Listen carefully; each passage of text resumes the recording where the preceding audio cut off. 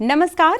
आपके अनुभवों को नवीनतम तकनीकों की जानकारियों से करने समृद्ध और आपकी सफलता के सफर में आपके सहभागी बनने के लिए हम हाजिर हैं लेकर कार्यक्रम कृषि दर्शन।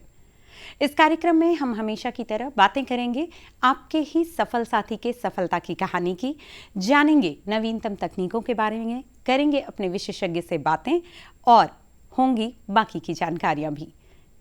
चलिए कार्यक्रम को बढ़ाते हैं आगे और सबसे पहले डालते हैं नजर अपने पहले सेगमेंट खबरें खेती की पर। नमस्कार, खबरें खेती की में स्वागत है आपका। खबरों में आगे बढ़ने से पहले सबसे पहले नजर मुख्य कृषि समाचारों पर। प्राकृतिक खेती पर सरकार का विशेष ध्यान। उद्यानिक फसलों के लिए पॉटरी सिस्टम से करे पौधे की तैयारी। किसानों के लिए बेहद उपयोगी स्ट्रॉ रीपर मशीन। पिछले दिनों चतुर्थ कृषि रोड मैप के उद्घाटन के अवसर पर बिहार के राज्यपाल माननीय राजेंद्र विश्वनाथ आर्लेकर ने कहा कि राज्य में प्राकृतिक खेती को बढ़ावा देने के लिए सरकार को पहल करनी चाहिए। इससे किसानों को खेती करने में कम लागत, दोगुनी मुनाफा होगा। इस अवसर पर देश की राष्ट्रपति माननीय द्रौपदी मुर्मू ने इस चतुर्थ कृषि रोड मैप का उद्घाटन किया और साथ ही राज्यपाल महोदय से अपने उद्गार में कहा कि आज किसानों को नई तकनीकों को सीखना होगा। हमारी भी फसल योजना होती है, जैसे जैसे हम कृषक जो सब सामने आते हैं उनको नई तकनीक सिखाने की आवश्यकता है। हमारे सभी योजनाएं नई तकनीक से दृष्टि से देखने की जरूरत है। तभी हमारे किसान भाइयों को पता चलेगा कि नई तकनीक को अपनाने के बाद हम अपनी आय जो है वो दुगनी कर सकते हैं।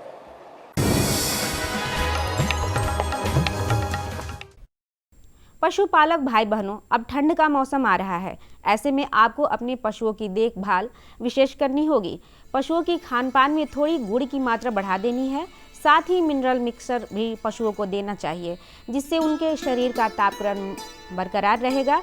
इस विषय पर विशेष जानकारी दे रहे हैं कृषि विज्ञान केंद्र हरिहरपुर वैशाली के पशु चिकित्सक डॉक्टर अनूप कुमार सिंह। तो इस मौसम में आपको चाहिए ये कि पशुओं का किस तरह से देखभाल करें। जैसा कि आप देखिए, जो बड़े जानवर होता है उनको ठंडी से बचाने के लिए जैसे इस समय 50 से 60 ग्राम जो है गुड़ प्रतिदिन आप दे सकते हैं रात में, जिससे क्या होगा कि उनके शरीर का तापमान बना रहेगा। किसान भाई बहनों, उद्यानिक फसलों के पौधे को आप पॉटरी सिस्टम से तैयार कर सकते हैं। इस पॉटरी नर्सरी के माध्यम से तैयार किया हुआ पौधा काफ़ी सुरक्षित रहता है और इसका विकास भी सही तरीके से हो पाता है। आलू भारत की सबसे महत्वपूर्ण फसल है।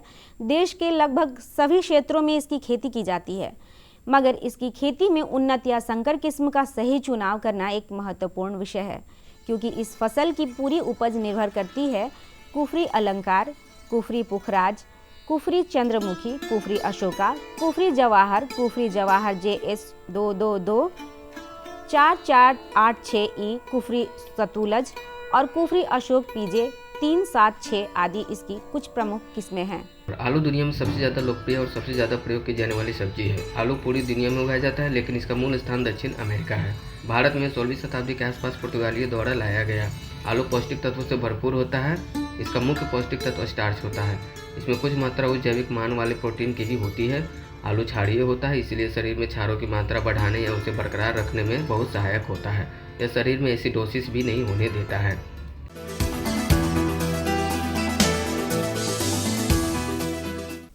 वर्तमान समय में महिलाएं अपनी योग्यता और क्षमता का प्रदर्शन हर क्षेत्र में बखूबी कर रही है। कृषि का क्षेत्र भी इससे अछूता नहीं है। महिला किसानों को जलवा आज हर तरफ देखा जा सकता है। ऐसे ही एक कर्मठ और प्रगतिशील महिला किसान है अनीता देवी, जो कि वैशाली की निवासी है और जैविक तरीके से कद्दू और अन्य सब्जियों की खेती करके न केवल अपनी आवश्यकताएं को पूरी कर रही है, बल्कि बाजार में इनकी उपलब्धता भी सुनिश्चित कर रही है। आइए उनसे ही जानते हैं उनकी सफलता की कहानी। और मैं जब खेती करती हूँ तो पूरा गोबर देती हूँ एक साल सरा करके, और उसके बाद हम 4 फसल इसमें से निकालते हैं। जो अभी मेरा कद्दू है, इसके बाद आलू निकालेंगे, फिर उसके बाद मक्का निकालेंगे, फिर उसके बाद हम खीरा निकालेंगे, फिर कद्दू निकालेंगे।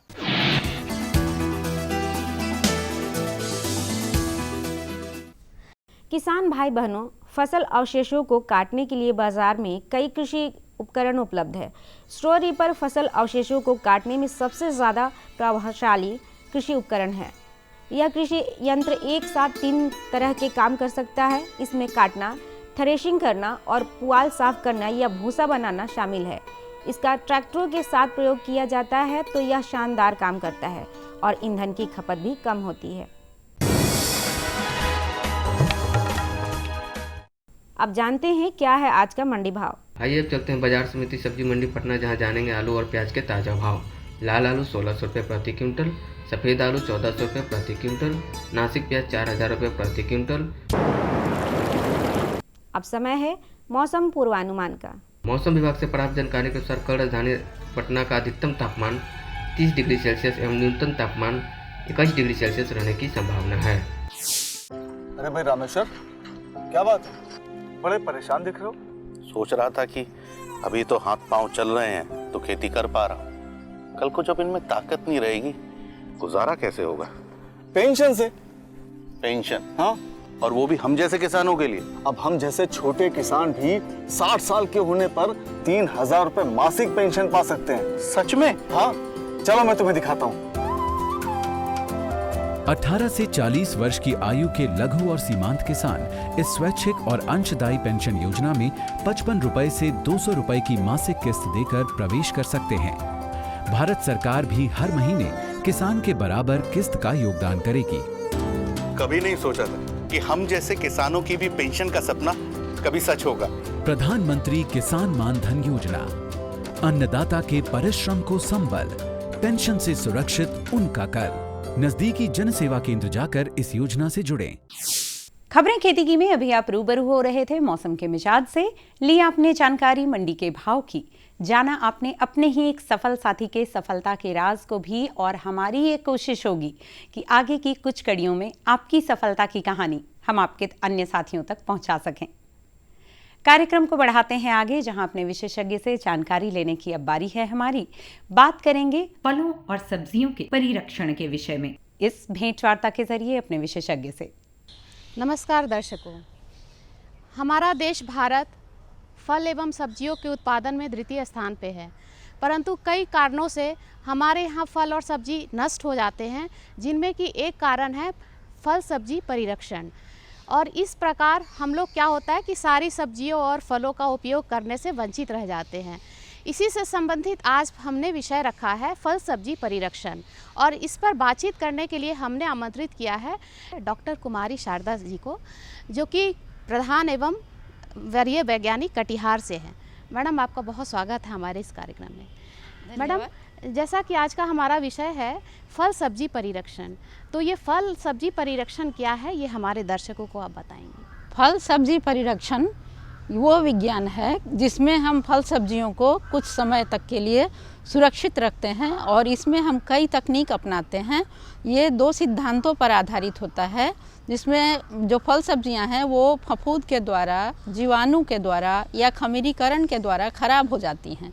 तो इन चीज़ों को, इन फफूंद, जीवाणु और खमीरीकरण को दूर करके, कुछ तकनीक को अपना करके, कुछ सिद्धांतों को अपना करके हम फल सब्जियों को कुछ दिन, कुछ महीने या कुछ साल तक सुरक्षित रखते हैं। ये फल सब्जी परिरक्षण विज्ञान कहलाता है। मैडम, हम आपसे अब यह जानना चाहेंगे कि कौन सी प्रक्रियाएं ऐसी हैं जिनसे कि हम फल सब्जियों को सुरक्षित रख पाते हैं। फल सब्जी को परिरक्षित करने के लिए हम 2 सिद्धांत का प्रयोग करते हैं। एक है जिसमें जीवाणुओं को मारते हैं, मतलब जीवाणुओं को मारकर, जिसके लिए हम ताप का उपयोग करते हैं। और एक सिद्धांत है जिसमें जो जीवाणुओं की संख्या है या फफूंद है वो उसको स्थिरीकरण करके। तो इस तरह से हम 2 सिद्धांत अपनाते हैं, और ये 2 सिद्धांत के लिए हम उच्च ताप का प्रयोग करते हैं या निम्न ताप का प्रयोग करते हैं, या हम अम्ल का प्रयोग करते हैं, जैसे कि एसिटिक एसिड है या साइट्रिक एसिड है, और कुछ परिरक्षक पदार्थों का उपयोग करते हैं, जैसे सोडियम बेंजोएट है या पोटासियम मेटाबाइसल्फाइड है, इसका उपयोग हम लोग करते हैं। साथ ही जैसे अचार वगैरह बनाते हैं तो उसमें एक निश्चित मात्रा होती है कि उस मात्रा तक हम अगर नमक का प्रयोग करते हैं तो उसमें जीवाणु या फफूंद नहीं पनपते हैं। उसी तरह जैसे जो खट्टे फल का है अचार वगैरह बनाते हैं तो उसमें कम से कम 15% तक, जैसे नींबू है या आम है या आंवला है, उसमें 15% तक नमक का हम प्रयोग करते हैं। और उसी तरह चीनी का प्रयोग करके, चीनी की भी इतनी मात्रा प्रयोग की जाती है जिससे कि वो जो उसमें जो फल सब्जी है उसमें जो नमी है उसको वो चीनी अपने आप में अवशोषित कर ले और वो जीवाणुओं को उपलब्ध ना हो। इसके लिए 65 से 70% तक चीनी का प्रयोग किया जाता है, जैसे जैम बनाना, जेली बनाना या स्क्वैश बनाना। तो इस तरह से हम लोग इन तरीक़ों का इस्तेमाल करके सुरक्षित रखते हैं। मैम, देखा जाए तो हमारे घरेलू उपयोग में देखते हैं कि महिलाएं अचार बनाती हैं, आम का प्रयोग करती हैं, आंवले का प्रयोग करती हैं या नींबू है। तो इन सभी चीज़ों को हम किस तरह परिरक्षित करेंगे, इसके संबंध में हमें जानकारी देंगे। जैसे आपने आंवले की बात की, तो आंवले को परिरक्षित करने के लिए उसे मुरब्बा बना करके, उसे जैम बना करके, उसका कैंडी बना करके या उसका चूर्ण बना करके, अचार बना करके या उसका लड्डू बना करके, इस तरह से हम लोग आंवले को परिरक्षित करते हैं। जिसमें अचार में है कि नमक, मसाले और तेल का प्रयोग होता है और 15% नमक का इस्तेमाल किया जाता है। मुरब्बा है जैसे, तो मुरब्बा में हम लोग चीनी का इस्तेमाल करते हैं। तो अगर मान लीजिए कि 1 किलो आंवले का हम मुरब्बा बना रहे हैं तो उसमें 1.5 किलो चीनी का इस्तेमाल करेंगे। साथ ही साथ उसमें साइट्रिक अम्ल का भी, कोई भी चीनी से परिरक्षित किया जाने वाला पदार्थ होगा उसमें साइट्रिक अम्ल का इस्तेमाल करते हैं। और साइट्रिक अम्ल इस्तेमाल करने के पीछे ये कारण होता है कि एक तो वो उसको खट्टा रखता है और खट्टा के कारण जीवाणु नहीं पनपते हैं। दूसरा, जो चीनी हम लोग इस्तेमाल करते हैं उसका रवाकरण नहीं होता है, क्रिस्टलाइजेशन नहीं होता है। तो ये 2 कारणों से उसमें अम्ल का प्रयोग किया जाता है।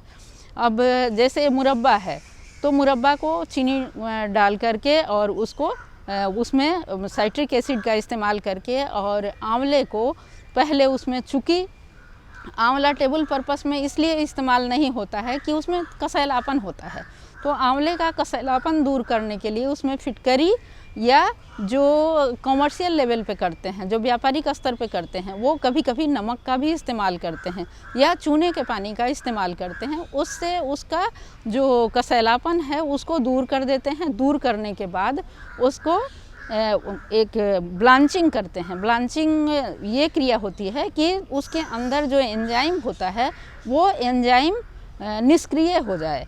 और जैसा आप लोग जानते हैं कि एक विशेष परिस्थिति होती है कि जैसे मान लीजिए केला कच्चा है तो कुछ समय के बाद वो पकता है, और पकने के बाद वो फिर वो डिकेइंग स्टेज हो जाता है, मतलब ख़राब होने लगता है। इसका मतलब है कि उसके अंदर एंजाइम की प्रक्रिया चलती रहती है। तो ये एंजाइम को निष्क्रिय करने के लिए हम लोग जहाँ तक कि सब्जियों को या फलों को सुखाते हैं उस समय भी ये ब्लांचिंग या स्वेतन प्रक्रिया की जाती है। और ये ब्लांच करके उसके बाद फिर उसमें चीनी के साथ उबाल करके उसमें साइट्रिक एसिड का इस्तेमाल करके मुरब्बा बनाया जाता है। और उसी तरह आंवले का कैंडी भी बनाया जाता है। तो कैंडी में जैसे इसमें 65% अगर चीनी का इस्तेमाल होता है तो और उसमें जो कैंडी बनाएंगे उस कैंडी में 70% तक, मतलब इससे जो कहते हैं उसका डिग्री ब्रिक्स नापते हैं, तो 70 डिग्री ब्रिक्स तक उसका कैंडी के लिए चीनी का इस्तेमाल किया जाता है। और फिर उसको छाये में जब वो उसका रस गाढ़ा हो जाता है, शहद के जैसा गाढ़ा हो जाता है, इतना उबालते हैं। उबालने के बाद उसको सीधा ठंडा पानी में डाल करके और निकाल करके छाये में सुखा देते हैं। तो इस तरह से कैंडी तैयार की जाती है। और ये इस कैंडी को बच्चे बहुत पसंद करते हैं। आप अपनी इच्छा अनुसार इसमें नमक, काली मिर्च या भुना हुआ जीरा ये डाल करके और थोड़ा सा साइट्रिक एसिड डाल करके इसका खट्टापन भी बरकरार रहता है और ये चटपटा हो जाता है। साथ में इसमें जो पिसी हुई चीनी होती है वो लपेट देते हैं, तो बहुत ही ये स्वादिष्ट हो जाता है। और बड़े बच्चे जो है कि जो आंवले का मुरब्बा जो रस के कारण नहीं खा पाते हैं, ये लोगों को आजकल हेल्थ कॉन्शियस हैं और लोग सोचते हैं कि वो रस खाएंगे और मोटापा बढ़ेगा, तो वो लोग भी इस कैंडी का इस्तेमाल कर सकते हैं। मैडम, आपने बहुत संक्षिप्त समय में और बहुत मूल्य जानकारी दी, बहुमूल्य जानकारी दी, इसके लिए आपका बहुत बहुत धन्यवाद। आपको भी बहुत बहुत धन्यवाद। हर जोखिम से निकल कर फसल आए, सुरक्षित हो जाए। फसल बीमा से हर किसान अब आत्मनिर्भर हो जाए। अब सूखा पड़े या बाढ़ आ जाए, कोई डर नहीं। अब ओले पड़े या कीट पतंगे फसल खा जाए, कोई फिक्र नहीं। अब कैसी भी आपदा हमारी फसल पे आ जाए, क्षति होने पर हमारे दावों का उचित भुगतान मिलता है, क्योंकि हमने लिया है प्रधानमंत्री फसल बीमा। बुआई से फसल कटाई तक हर जोखिम का दावा, न्यूनतम प्रीमियम पर अधिकतम भुगतान का वादा। योजना से हर साल जुड़ रहे हैं 5 करोड़ से ज्यादा किसान। अब आपकी है बारी। नजदीकी कृषि कार्यालय, सहकारी समिति, बैंक शाखा, अधिकृत बीमा कंपनी या जन सेवा केंद्र में स्वेच्छा से करा सकते हैं पंजीकरण। फसल बीमा पोर्टल या फसल बीमा ऐप द्वारा भी किया जा सकता है पंजीकरण। प्रधानमंत्री फसल बीमा योजना, आपकी फसलों का संपूर्ण सुरक्षा कवच। कृषि एवं किसान कल्याण मंत्रालय, भारत सरकार।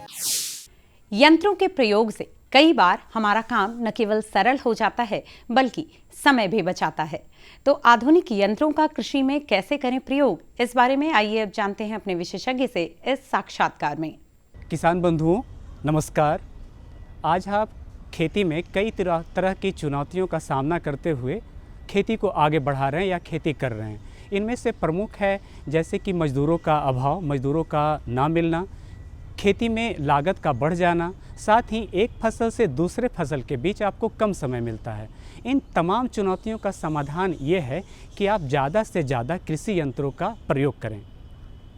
किसान बंधुओं, ये भी आपको जानना चाहिए कि आजकल कृषि में कौन से आधुनिक यंत्र उपलब्ध हैं जिनका जब आप इस्तेमाल करेंगे तो अंतोगत्वा या स्वतः आपका उत्पादन भी बढ़ जाएगा।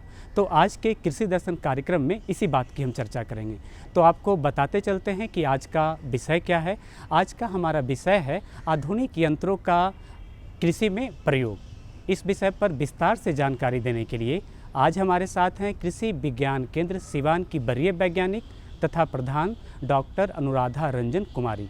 मैम, बहुत बहुत स्वागत है आज के कार्यक्रम में आपका। सभी किसान बंधुओं को मेरा नमस्कार। इस सवाल के साथ मैं कार्यक्रम की शुरुआत करता हूं कि चूँकि आने वाला समय गेहूं का है, रबी का है, तो मुख्यतः गेहूं के लिए वो कौन से आधुनिक यंत्र हैं जिनका हमारे किसानों को इस्तेमाल करना चाहिए? जैसा कि हम जानते हैं हमारा देश कृषि प्रधान देश है और 70 से 80% आबादी जो हमारी है कृषि पे आधारित है।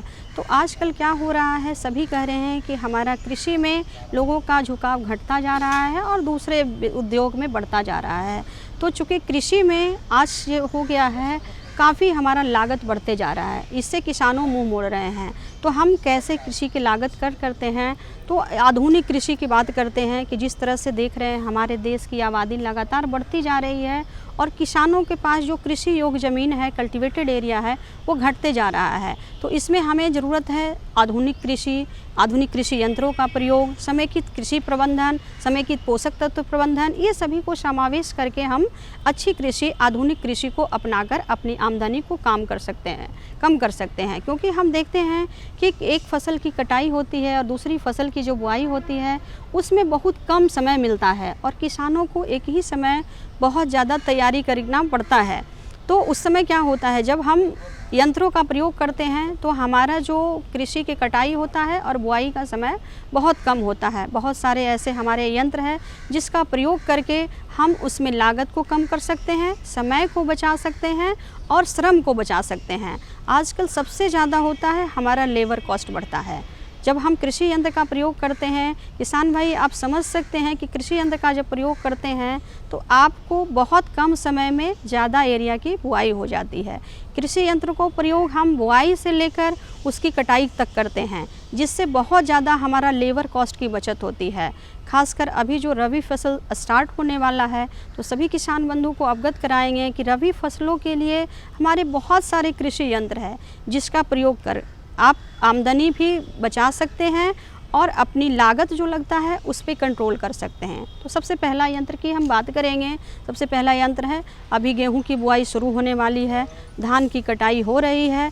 तो धान की कटाई के बाद जब हम मैनुअल या ब्रॉडकास्टिंग करते हैं तो कम से कम 8 से 10 दिनों तक होता है, खेतों की तैयारी करने में समय लगता है और उससे किसान 4 से 5 जुताई करते हैं तो वो भी हमारा लागत बढ़ जाता है। तो हमारा एक उसी में कृषि यंत्र है जीरो टिल कम्फर्टेड ड्रिल। दूसरी मशीन है हमारी सीड ड्रिल, हमारी हैप्पी सीडर, और उसकी एडवांस आ गई है सुपर सीडर। ये तीनों यंत्रों का प्रयोग हम गेहूं की बुआई या दलहन में हो, आपका चना हो, मटर हो या मसूर हो, या तिलहन में आपकी सरसों हो, ये सभी यंत्रों का प्रयोग है जो आप रबी फसलों की बुआई में कर सकते हैं, और जिससे आपका कम समय में अधिक होगा। मैम, आपके बातों को सुनने के बाद, देखने के बाद किसानों के मन में एक सवाल ज़रूर आ रहा होगा कि ठीक है, वो जब कृषि यंत्रों का उपयोग करेंगे तो लागत कम जाएगी, लेकिन उनके मन में ये सवाल आएगा कि क्या वो कृषि यंत्र आपके कृषि विज्ञान केंद्र से उनको भाड़े पे या किराए पे मिल सकता है, जिससे कि उनको आसानी होगा? किसान बंधु, हम बताना चाहेंगे कि पूरे बिहार में हर ज़िले में इतनी ज़्यादा कृषि विज्ञान पे केंद्र पे हर तरह के आधुनिक कृषि यंत्र उपलब्ध है, जो उसे भाड़ा पे वो लेकर वो उसका यंत्र का जो हमारा रेट होता है वो फिक्स होता है। कोई भी किसान कृषि विज्ञान केंद्र से लेकर अपनी खेतों के बुआई या जुताई या हार्वेस्टिंग के समय उसका उपयोग कर सकते हैं, और वो हर जगह उपलब्ध है। दूसरा है विभिन्न पैक्स अध्यक्ष या आत्मा के द्वारा भी हर जो ग्रुप बनाकर, समूह बनाकर कृषि यंत्र लेते हैं, वहाँ भी उपलब्ध है। तो हर जगह कृषि यंत्र बैंक है जो खुला हुआ है, वहाँ से लेकर आप कर सकते हैं। और ऐसे भी सरकार इसको कृषि यंत्र क्रय योजना के तहत कृषि यंत्रों पे भारी छूट में भी उपलब्ध करा रहे हैं। जिनके पास ट्रैक्टर उपलब्ध है वो इसको खरीद कर खुद भी खेती कर सकते हैं, खुद भी लागत को कम कर सकते हैं, और दूसरे अन्य किसानों को भी देकर उससे इनकम भी कमा सकते हैं। तो ये बहुत ही अच्छा एक व्यवसाय के रूप में भी लेकर इसको, अब हम जानते हैं कि इसको कम लागत कैसे करते हैं। हमेशा किसानों के मन में ये सोच होती है कि हम यंत्र का प्रयोग करेंगे तो हमारा लागत बढ़ जाएगा। आप इसको सोच सकते हैं कि 1 एकड़ अगर आपकी गेहूं की बुआई करनी है तो हमें कितनी बार जुताई करना पड़ेगा, खासकर है जो उसको कम से कम 4 से 5 दिन जुताई करना, और उसको छींट कर बुआई करने में कम से कम 2 लेबर लगेगा, फर्टिलाइज़र हैं। तो ये सभी को ध्यान में रखते हुए अगर आप सिर्फ धान की कटाई हो गई है, धान का आपका जो फसल है खेत से निकल आया है, बस आप सीधा मशीन लाकर उसमें 2 खाने होते हैं, एक में आप DAP और दूसरा में है जो आप गेहूं डालकर डायरेक्ट यानी डायरेक्ट सीडेड आप बुआई कर सकते हैं। सिर्फ आपको एक भी बार जुताई करने की आवश्यकता नहीं है। इससे किसानों को कितनी बचत होती है ये हम बताते हैं कि पहला तो आप जब छींट कर बुआई करते हैं तो कम से कम किसानों से जाते हैं, चर्चा करते हैं, तो 1 कट्ठे में 2 kg बीज कम से कम डालते हैं, कोई बताते हैं 2.5 kg, और सिर्फ 1 एकड़ में 27 कट्ठा यानी में मात्र हम मशीन से बुआई करते हैं तो 40 kg बीज या 40 kg DAP, और वो भी प्रॉपर ही बुआई हो जाती है, जिससे हमारा उचित दूरी भी मेंटेन होता है कि पौधों की बढ़वार होने के लिए अच्छा जगह मिलता है, तो हमारा रूट का ग्रोथ ज़्यादा अच्छा होता है और फसल अच्छी होती है। तो आप सोचते हैं कि फसल जब अच्छा होगा तो उत्पादन भी अच्छा होगा, यानी इससे हमारा कितना बचत हुआ, कम से कम 1 हेक्टेयर खेती करते हैं तो 5 से 6 हज़ार हमारा शुद्ध जो यहाँ पे बचत हो जाता है। उसके बाद कोई भी स्प्रे करते हैं या बीट्स के लिए आप पेंडिमेथिलीन का 24 घंटे के अंदर उपयोग कर दें तो हमारे खरपतवार पे भी नियंत्रण हो जाता है, वो भी आपको मशीन से छिड़काव करना है। या कोई भी इंटरकल्चरल ऑपरेशन अगर लाइन में बुआई है करना है तो वो बहुत ईजी हो जाता है और बहुत कम लागत में इसको हम उत्पादन अच्छी मुनाफा लेते हैं। कृषि यंत्र लागत को भी कम कर रहा है, लेकिन इसको प्रयोग के दौरान किसानों को किस तरह की सावधानी बरतने की ज़रूरत है? किसानों को मेन सावधानी बरतना है कि जहाँ पे हमारा कृषि यंत्र का प्रयोग करना है वो खेत समतल होना चाहिए। अगर समतलीकरण नहीं है तो आपका ऊंचा नीचा ज़मीन है तो बुआई आपका कहीं बीच गहराई में जाएगा, कहीं ऊपर रह जाएगा, इससे फसल अच्छी पैदावार जर्मिनेशन अच्छा नहीं होगा। दूसरा हमें ध्यान देना है कि बहुत ज़्यादा नमी है तो उसमें हमको जीरोटिल का प्रयोग नहीं करना चाहिए। हमें नमी थोड़ा कम हो जाए, सिंपल आप भाषा में कहेंगे तो हमारा चलने लायक खेत हो जाए तो आप जीरोटिल का प्रयोग कर देंगे, हैप्पी सीडर हो या सुपर सीडर हो, इससे बुआई कर देंगे। तीसरा हमें सावधानी इसमें बरतना है कि खेतों में जब हम पानी देते हैं तो ये बराबर मात्रा में पानी जाता है। अगर खेत समतल है तो कहीं पे ज़्यादा पानी नहीं लगेगा, कहीं पे कम पानी नहीं लगेगा, तो आपके बराबर मात्रा में पानी जाता है। तो ये सभी चीज़ों को है जो हम खेत की बुआई करते समय, तैयारी करते समय ध्यान देते हैं। खेती के लिए कौन से यंत्र उपलब्ध हैं और इससे किसानों को क्या लाभ होगा, इन तमाम बातों पर आपने विस्तार से हमारे किसानों को जानकारी दी। आज कार्यक्रम में आए इसके लिए बहुत बहुत धन्यवाद। बहुत बहुत धन्यवाद। ऐसी ही कुछ और भी जानकारियां लेकर होंगे आपसे फिर रूबरू कार्यक्रम की अगली कड़ियों में। तब तक उम्मीद करते हैं कि आप इन जानकारियों का पूरा लाभ ले पाएंगे। जुड़े रहिए कार्यक्रम से इसी समय इसी चैनल पर। होगी आपसे फिर मुलाकात। तब तक के लिए रखिए अपना और अपनों का ख्याल और दीजिए इजाजत। नमस्कार।